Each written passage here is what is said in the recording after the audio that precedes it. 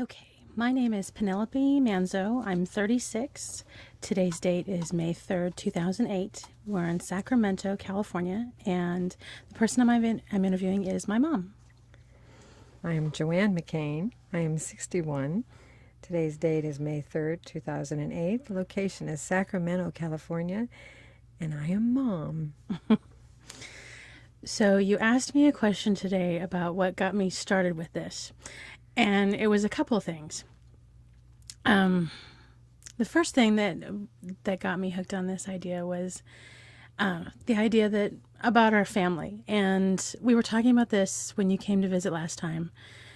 That we don't have I don't have any kind of a family tree. Mm-hmm. That your sister Marilyn has most of that information, and on Joe's side, his sister Liz has that information, and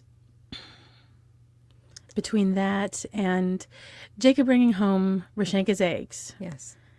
And talking about Patricia Polacco, and the first thing when I said that he brought that book home and that it was a Patricia Polacco book, the first thing he talked about was Babushka. And so I wanted to have talk a little bit about that. That was my grandmother too, Babushka. Right. Mm-hmm. Okay. And the other part of it is you're being a librarian. And the fact that this will go to the Library of Congress. Are you going to cry again? I'm probably going to do it many times. I'm an easy cry, as you well know. Okay. Commercials, songs, anything on the radio, yes, easy cry. So that's not a big thing. And when you made that comment that when you were talking to Margot about when you were going to retire, that it was going to be when you forgot the stories. Yes. And I know that there are some practical issues about when you're going to retire, but I know there's a ring of truth to that also. That's right. So that's kind of what got me started on this. Were you nervous about this at all? No. Forgetting the stories. Yes, and I will start to forget them. At some point. There are some that I don't ever want to forget. Well, it's funny. I think you have in your head that I think there are important things to remember and less important things. You talk about, Brentwood is still a relatively small town for as much as it's grown. And there are young adults now that you remember as children. You don't remember all their names, but you remember their faces. And so I think your mind has a kind of a filtering process, important things to remember. Mm-hmm. So what do you want to know? So we'll just keeping Jacob and Thomas in mind. Yes. When were you born and where were you born? I was born in Muskegon, Michigan, and I was born in 1946. I was the 7th child out of 8. Four girls and 3 boys. Because we were talking about that. I brought my notes from that. So there's your sister Marilyn is the oldest. Marilyn, Jackie, Barb, Bill, Chuck, myself, and Tom. I had a sister who passed away when she was an infant. And that was Carol Ann. That was Carol Ann. Right. She would have been the 2nd child. Now you had 2 houses. You had the house in Muskegon, and that was the winter house. We called that the winter house because that's where we lived. We summered on White Lake, which was north of Muskegon. And I have to say this, for anyone that ever listens to this, that leaves a completely wrong impression of the house on White Lake when you say summers on White Lake. It was not a completed house. No. It was purchased during the war, World War II, and it was someplace for us to go because there were 9 of us. Right. And we swam and fished and sailed and did all the things that kids are supposed to do in the summertime at the lake. My fondest memories are from the lake. Well, because you talked about one at the dinner and it was something I'd never heard you talk about before, about going out into the grass and you loved snakes and you loved bugs and see, I should have figured this out a long time ago, since you have this propensity of taking animals into your home and the rabbits, the rat, the dogs, the cats. I had a garter snake when I was a kid that used to sleep at my feet. But yes, we all had animals of one sort or another, especially in the summertime. We always were bringing home something. Well, like I just brought home George, the baby bird that fell out of the overhang at school. That was just something that we did. It was the time. We just did it. And we raised them and we let them go. It was summertime. Yeah, animals were very important. Always in the house. We always had something wild, raccoons, squirrels, you Because name it. I meant to ask you, did your parents care about that? I mean, I know you mentioned that your mom... Well, when the bird When she landed found landed on my mother's shoulder when she was carrying the gravy boat to the table, and it wound up going on the floor instead of on the table, she did get a little upset over those kinds of things. This is true, but no, my mom was very easygoing when it came to the wildlife that we brought home. She wouldn't let us keep the skunk that we had found, but for obvious reasons, when we were younger, it was going to be a fun thing to have in your bed, and she didn't think that that was such a good idea. But other than the skunk, my mother was very, well, amenable, as I was with you and your sister. At one time, we had 3 cats, 2 dogs, a pair of mallard ducks, a rat, a cockatiel, a Norwegian lop-eared. I mean, and all in one place at one time. It was interesting. It's kind of like Noah's Ark. Yes. And the run that you built for the ducks. Yes. Yes. And and I have to tell this story for posterity also, because the kids still crack up. And Joe, I must have told Joe this story so many times, how Winston and Ed, The ducks. yes, you could throw. We had a little baby pool out there for them. I remember that. And you used to throw out frozen mixed vegetables, and they would eat everything except the lima beans, or was it the green beans? The limas. Yes. They could pick out everything else, and you would have a little baby pool filled with lima beans. Right. They wouldn't eat the lima beans. But they would sleep with the cats in the run. Animals cohabitate. That was the learning experience, I thought, is how animals cohabitate when they're raised together. And they all did. The ducks used to sit and watch TV with you guys. I remember you had a couple pictures of one of the ducks sitting with Dad. Mm-hmm. This is true. Because they ran through the house. As they ran through the house. Anyway, so I started to ask you this. So your mom didn't care, but what about your dad? Did he not care one way or the other? Dad didn't care one way or the other. He thought it was a real hoot every time us kids took off into the woods and came home with something. He didn't like my garter snake, Eloise, because she obviously would make her way into the warmest spot, which is always where he napped. But other than that, he never minded much. How long did you have the garter snake? I had the garter snake in an entire summer. Oh, when you told me about it, gave me the impression that you barely had her for a little while, and then your mom found her sleeping in your bed, and you... No. She slept at the foot end. She was under my sheets. She was always at the foot end of my bed, under the sheets. That's why I didn't have to worry about anybody ever sleeping with me. I had a garter snake in bed with me when I was a kid. I must have been 7. Yeah. Couldn't have been any older than 7, 8 years old. But that was summer. And then we started talking about your grandparents and your Uncle Ami. I never knew my father's father. His mother was alive until I was about 19. It's your mom's parents. Yeah. It's my mother's parents. I never remembered my grandmother. The only thing I remembered of her at all is when she passed away. Are you talking about Ida? No, my mother's mother, Theresa. Oh. Never really knew her. Can't picture her. My grandfather was a hoot, though. My mother's father. He was deaf. And as children, we thought that we had to whisper to him because my mother did. But we learned sign language.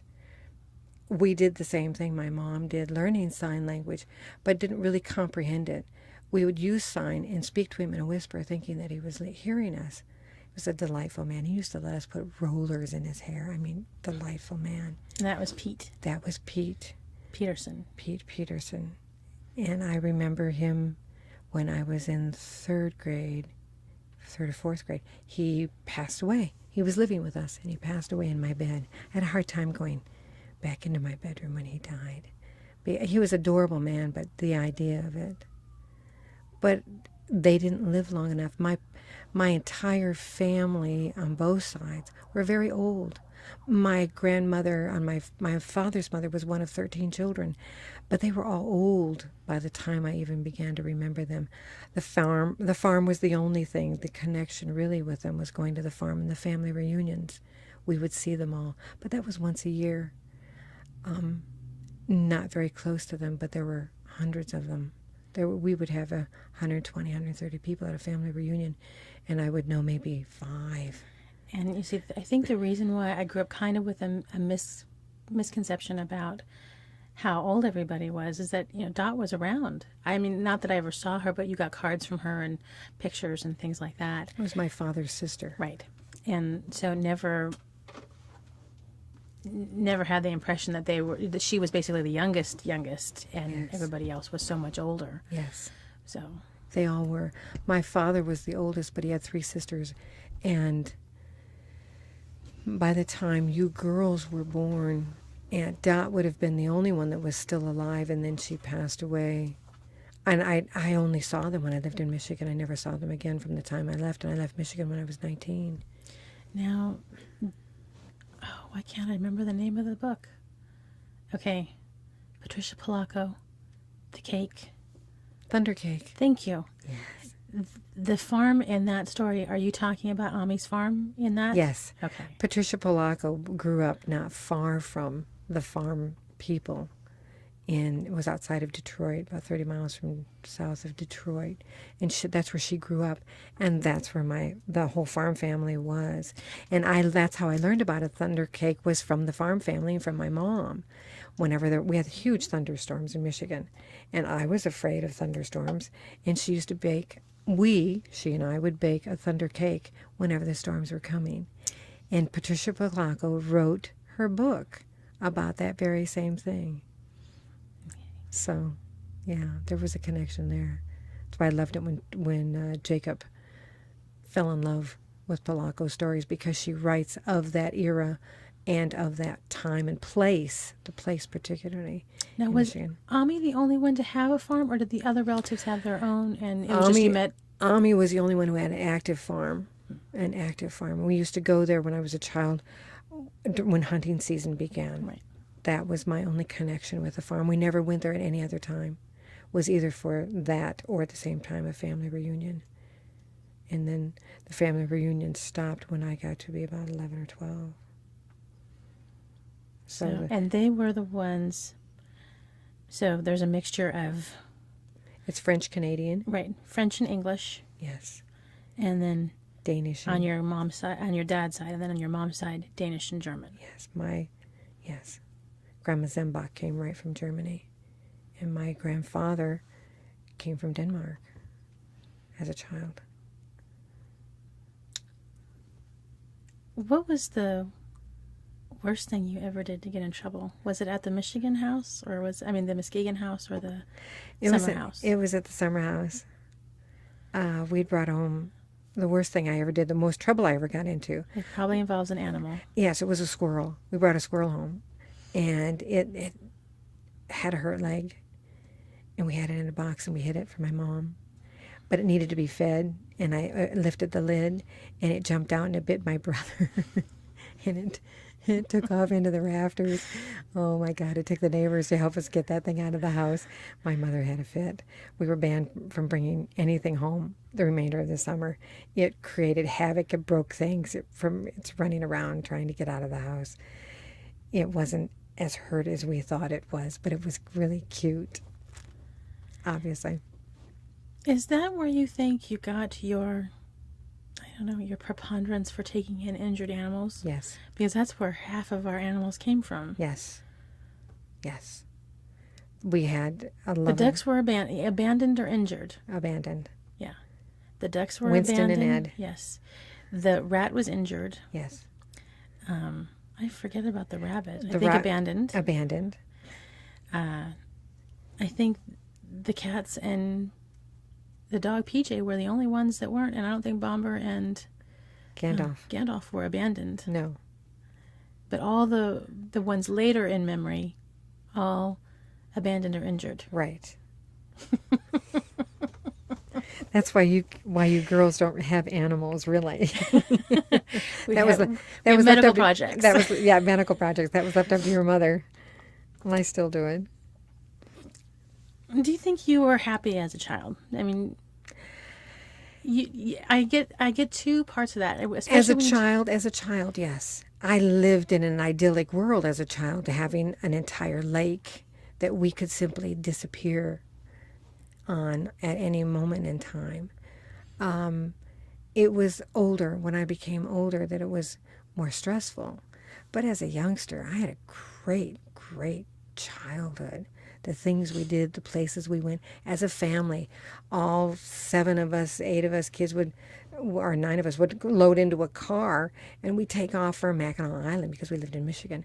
We always did things in the summertime. It was the only time I remember having any real relationship with my dad was when the family took off on a trip to go to the blockhouse or whatever. And we were younger. When we were older, that didn't happen. My mother became very busy. She started a catering business. And I don't really recall those years, the teen years. They're always hard years anyway. Right. But I don't really recall those as much fun as we had when we were really young. And we had a sailboat. I mean, Right. we had a lake. Who was cousin, uncle? He had. It was my aunt's husband, had the Mowgli, which was a double-masted sailboat that they used to bring up from Grand Rapids through the big lake, and we'd go sailing. We would sail up to Mackinac, and it was a great experience being on a double-masted. Brother Chuck took that, and he Right. takes care of boats today, mooring boats from Place to place. from Florida to New York, And all from those experiences. Right. Because if you ever talk to Tom, you always hear the same story about going down the Mississippi during this horrific storm, and he and Sue had to strap themselves in. Yes. Yes. Yes. Whenever you bring up sailing around him, that Yes. happens. I think the reason why I asked that is that whenever you talk about happy memories, it always comes around the lake house. Right. Was it just harder during the winter at the winter house, or just different, or? Life was totally different. It never seemed quite as free because of the constraints. I can't equate it any more than that. Life on the lake was life on the lake. Think about it. I mean, all you have to do is think about anything Twain wrote, and it's true. Living on a lake gives you that kind of freedom. Whereas the winter house just didn't. The house was smaller. Yeah. And you didn't take off all night long. We could take off all night long. We could go sleep on a raft someplace on the lake and nobody would miss us. In the summertime, in the wintertime, you didn't do that. Yeah. Well, Mom, with 7 kids, I wonder why. That's right. Well, it wasn't just 7 kids in the summertime. All we had to do was turn on our floodlight, and there would be anywhere from 20 to 30 kids that would all come. Their boats would be docked every place, and we'd have a blast. And that's what we did as kids.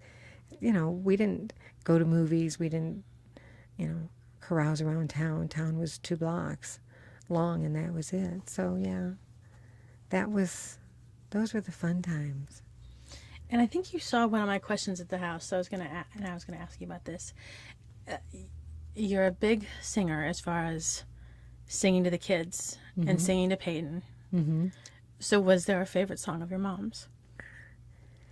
My brothers and sisters and I all sang. My father played the piano, and I sang a song called Daddy's Little Girl, and my oldest sister hated it because she'd invite her boyfriends and all friends to the cottage, and I'd get up on the piano seat, and my father would start playing, and I'd come over, or he'd start playing, and I'd come over, and I'd sing, I'm Daddy's little girl, to have and to hold, and my sister would just sit there and cringe because I was singing to her boyfriends. Yes, and Brother Chuck and I used to sing, first you put your 2 knees close up tight, then you swing them to the left, and you swing them to the right. We all sang. We all either play musical instruments or we sang. And my father was a barbershopper. And that's where I get my love of Sweet Adelines barbershop harmony. Well, and I think it's funny, none of the men in the family, as far as your brothers, really took to that. No. But Jackie and Marilyn All of did. the girls did. Barbara, too? I don't Yes. remember Barbara. Yes. All of the girls were in Sweet Adelines. I sang in a quartet when I lived in New York.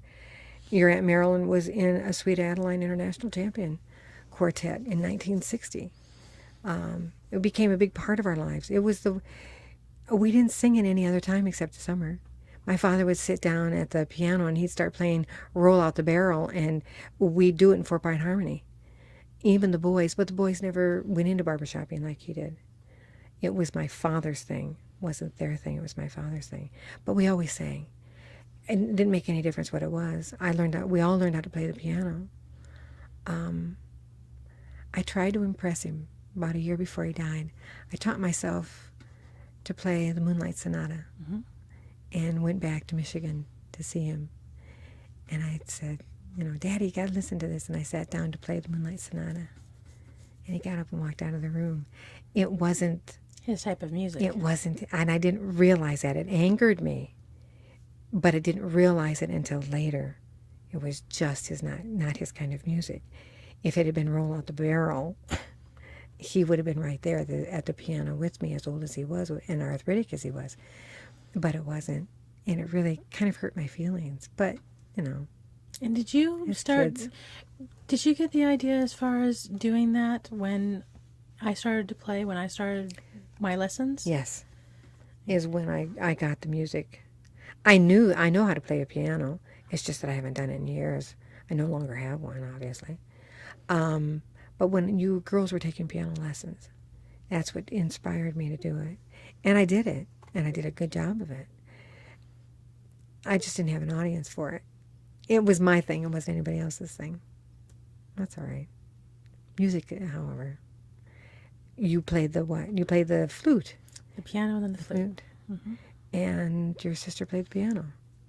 And it wasn't continued with than it should have been because you both picked up on it so well. You started playing when you were 4.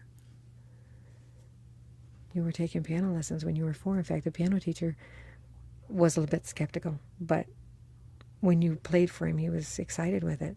Well, it's funny because I think, and I never thought about it at the time, so many people have commented on the fact that I sigh a lot. Mm-hmm. And I don't have fingers and toes anymore to count the number of times that people have, and I mean people I know, not strangers. Joe, you, Maggie, people I know. Are you okay? Yeah, I'm just sighing. I'm just breathing. And I don't know if that had something to do with why I was so good at the flute, because of the breath. Little Sister Teresa Agnes was very disappointed when you decided to give that thing up. Yes, I remember those stupid lessons in that little dinky little room. Yes. So for Jacob and Thomas's sake, and I should identify them. So your grandchildren, my sons. Yes. And they are 7 and 2. Yes. How did you meet Dad? Now, see, this is the part for Jacob and Thomas because they have to know their grandmother was an adventurer. So from Michigan to New York. After school, she moved to New York to live with her sister Marilyn. I moved to New York. Lived in Tarrytown and worked in the city. Right. And your father was my brother-in-law's best friend. They had been in the Air Force together. And he was on his way to Europe to teach at a military base. And he stopped in New York. And I was living there. I thought he was about to go overseas to travel Europe. He was. His aunt and uncle had something to do with Radio Free Europe or something. And he was going to be with them for a while. And then he was going to settle there and teach. They knew somebody to get him into one of the military bases. And he traveled around Europe, had a wonderful time, but he met me before he left. Right. And he was only gone 2 months, and he came back. And we'd had a blast. We showed him around. We'd gone all over Manhattan, having such a wonderful time. We became fast friends. We had The Manhattan of An Affair to Remember with Cary Grant and Deborah Carr, not the Manhattan of Sex and the City. Totally different. That's right. We had a wonderful time, became good fast friends, and he went off to Europe. And I received one postcard from him while he was there. And 2.5 months later, he came back. He left in September, and he came back almost around Thanksgiving time in November and asked me to marry him. And he was from California. He's 5th generation native born. And I said, yes. So I went from Manhattan to San Francisco. And that's where it began. And so it was. It was San Francisco was my first trip past the Mississippi. And I was 24. And it was like heaven. It was so beautiful. Because it was dead of winter. And it was probably 60 degrees outside. And it was absolutely, unbelievably beautiful. And I never wanted to leave. I remember it as if it were yesterday. And I'm still here. I know, and we talk about these a lot, about some of the worst times, especially as far as having to leave San Francisco and the things that happened after that. But do you have, I mean, I know you have good memories of Dad. Things that you did either before us, before Maggie and me, or after. Oh, good heavens, yes. We once walked the entire width of the city one day. We just started walking. We lived near Golden Gate Park, and we started walking, and before I knew it, we'd walked across the Golden Gate Bridge, and it was unbelievable that you could just walk and talk. Of course, San Francisco is only 7 square miles, so it really isn't that big. We had a lot of fun. It was a lot of fun to be had in the city at that time. You're talking 1970. Right. A lot of fun. Of course, it was the end of the hippie era, and we lived on the edge of the Haight-Ashbury, and so we had a lot of crazy friends. That were high most of the time. That's why they were so crazy. Was that the apartment on Fell, or was that before? Okay. That was the apartment on Fell. And it was wonderful. We had so much fun. You were born when we lived in the apartment on Fell. Right. The picture, I know. And I lived... Because my crib was in a large closet. I mean, in a large closet. It was like a huge walk-in closet. For an apartment in the city, it was a huge walk-in closet. It was like a second room. Right. And so that was treated as such. And there's a picture of me turning the light on and off with the chain in the closet. Yes. Yes. In the closet. But that was... Life in the city was wonderful. When we had to leave the city, that was the hardest thing I ever had to do. That was the hardest thing I ever had to do, was to leave the city. We had lived there for so long. I still miss it, and it's been 22 years, something like that.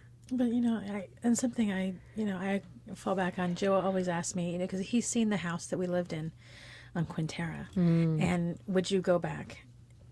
Yeah, if I were a multimillionaire 5 million times over, maybe. If you didn't have to consider all that, would you go back? If you didn't have to consider all of that, all of the things that you kids did at a time, it was a different time. But you're having bus passes and going to the zoo on the El Terravel all by yourself, climbing on the bus in the morning and going down to Kirkham and getting off on Lawton and walking to school is an unheard of thing today. Right. But in the 70s, it wasn't. And you could do that. But if without thinking of the money aspect, would you go back to the city today? I would go back to the city. To live? The city of my childhood. I would not go. I've been back to San Francisco enough. As much as I love it and as much as I enjoy the things that are there, I don't think I would move back. I think I've done enough traveling now before Joe and with Joe that there are enough beautiful places along the coast of California that I don't know if I would go back. if I could. And see, in a heartbeat, No. I would be there. You know, what's his name song, I Left My Heart in San Francisco, is very true. I did. Regardless of anything else, if I could move back there on Ocean Avenue right now today, I would be gone. Well, okay, Ocean Avenue, for heaven's sakes, yes. Right across the street from the Pacific Ocean. Of course I would move back. For heaven's sake, don't be ridiculous. Okay, so what was your thought? I don't know. I never asked you this. Were you trying to get pregnant when you got pregnant with No. me? Okay. No, absolutely not. So much Your father was finishing Oh, nursing that's school. right. That's right. Your father was finishing nursing. I was working, but your father was finishing nursing school, and you were the worst possible moment.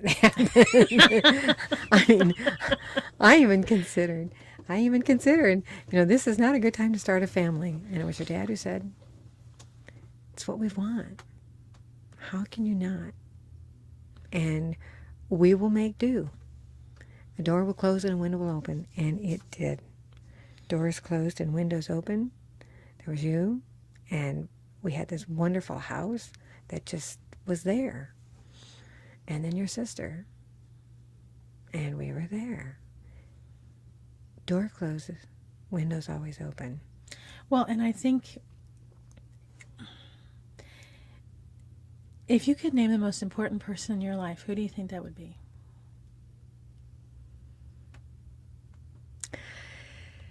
Wow. You should have given me a heads up on that one. The most important person in my life, family-wise, is my sister, Marilyn. But we I mean, are just as we far are as- we are typical sisters. Well, I'm talking about touchstones in your life. Who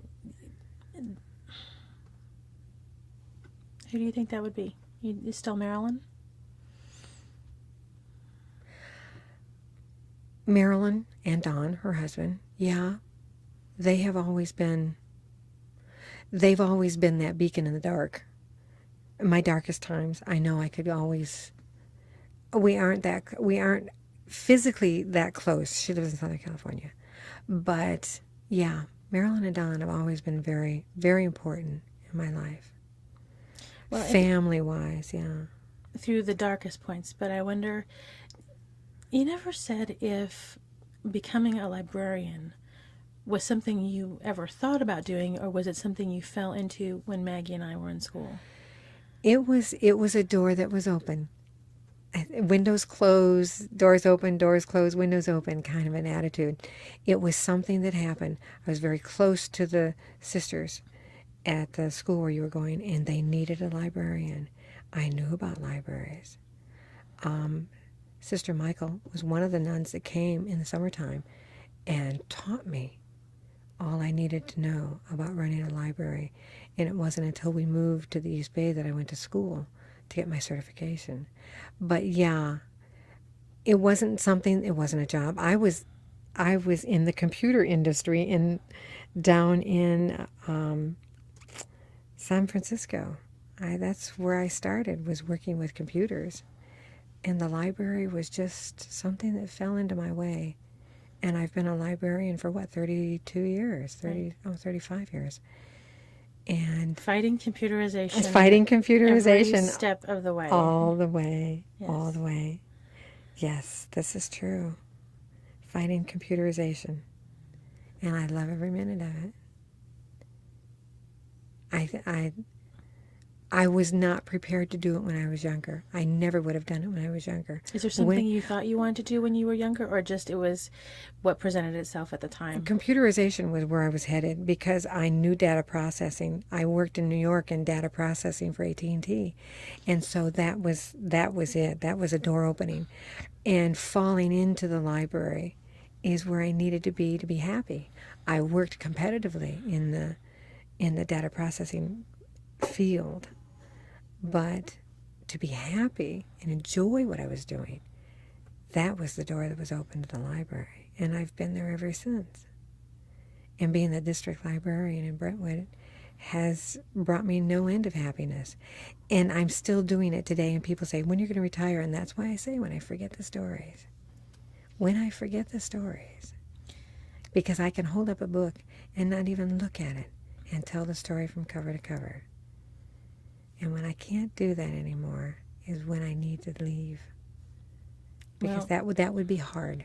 That would be hard for me. And I think it's a combination of your being able to do that and hold in rapture a class of 20 to 30 kids. I just did it on Monday with 60. It's an unbelievable thing to be able to see that smile, to watch kids watch me read, or to talk about a story, or about a character, and then to have them come back to me as adults and say, Miss McCain, I remember Chris Van Allsburg's books. My favorite story was The Sweetest Fig. Or, Miss McCain, I remember Wilfred Gordon MacDonald Partridge, the little boy who found the memories. When they can say that to me as an adult, what better gift is that? To be able to enjoy what you do and impart that to kids and have them remember it as adults. That's the great part of it. You see, I thought for the longest time it was just part of this little conspiracy of yours to find books that made me cry. I'm very good at that. Yes, you are. Yes. So it's kind of one of the things that I brought. I wanted to show this to you because I wanted to see if you would read it. A Mama for Owen. Yes. By Marion Bauer. Oh my gracious. It's a beautiful story. Beautifully, beautifully illustrated. You're going to cry if I read this. Oh. How about only the very beginning? Owen was a very happy hippo. He lived with his mother, his father, and his aunt, and his cousins on the river in Africa. Owen was lost in a tsunami, and he was taken to a wildlife refuge where he found an old grumpy turtle, and that turtle he adopted. The turtle's name was Owen. It's a beautiful story. He was saved, and the story is based on something that actually happened with a hippo. Wonderful, wonderful story. Yes, A Mama for Owen. And one that you cried. One of my crying books. Yes. And then there's Mike Mulligan for You. And The Little House. And the not a children's book, the one that you've read about 5 million times. It's a young adult book. The Canadian. O'Brien. You mean the young woman that travels to Canada to live with family and then marries Mrs. Mike. Thank you. Mrs. Mike by Freeman. Anyway, it's one of the things that attracted me to this idea of StoryCorps in general. That so much of your life, at least now, is all about stories. The stories. And books. And the history. Horatio Hornblower. Oh, yes. Gail Tsukiyama. Mm-hmm. We won't even talk about Cat Martin. Gary Paulson. Charlie Bone. Richard Peck. The Teacher's Funeral. Yes. And Here Lies the Librarian. Yes. Yes. The wonderful stories. This is appropriate. I thought so too. Yes. And the idea of being able to, just back to your classes, the idea of actually physically holding the book and seeing the book and turning the pages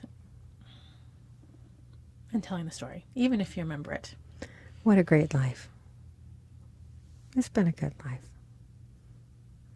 Would you do anything differently? No. If I did, you wouldn't be here.